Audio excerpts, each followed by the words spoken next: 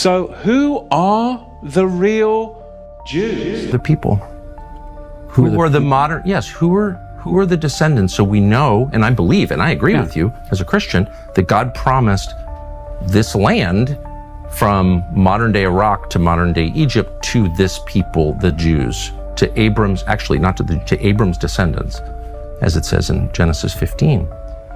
Who are his descendants now, and how do we know who they are? But then if I'm going to go forth and say, well, you know, those that say that they are Jews but are in fact not, but are the synagogue of Satan, and the Ashkenazi are in fact not Jews, they are sons of Gomer, Japheth, they're not even Shemites.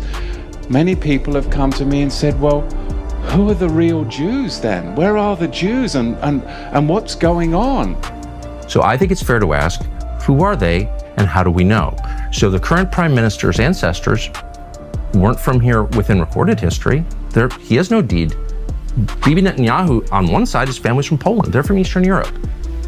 So how do we know that he has a connection to the people who God promised the land to, Abram's descendants? How do we know that? As I said, 92% of the people that say that they are Jews today are in fact Ashkenazi.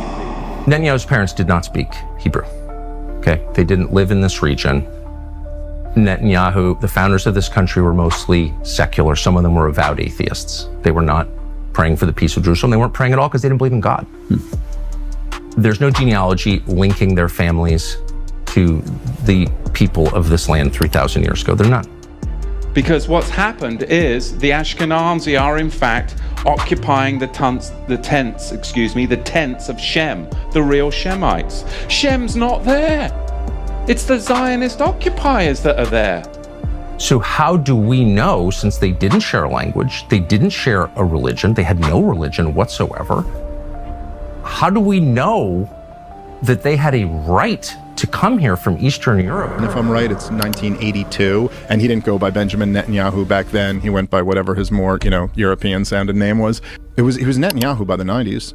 Why did he change his name? Well, they all kind of, because the whole thing, Joe, is that they're all, Israel was a European, construct.